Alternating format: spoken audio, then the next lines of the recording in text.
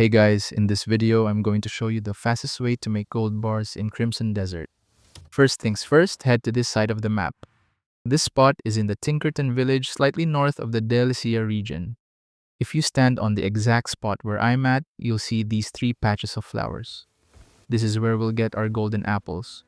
What you'll want to do is run around these patches of flowers and keep an eye out for hedgehogs with a golden apple on its back.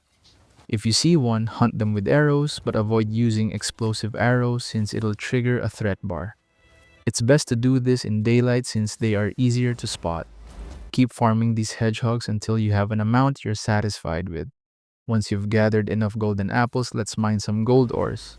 Now let's head to the Anvil Hill Cave, southwest of the Demenis region.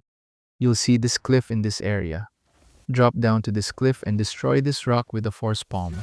Make your way inside this cave, and at the very end there will be a huge gold ore deposit. Mine every gold ore in this cave and we're now ready to make our gold bars. Go to any witch's house. I'll head to the one near Hernan since it's the easiest one to go to for me. Interact with her, then select Craft Abyss Gear. Navigate the options until you're in the Special Items tab, then select Make Now to craft the gold bars.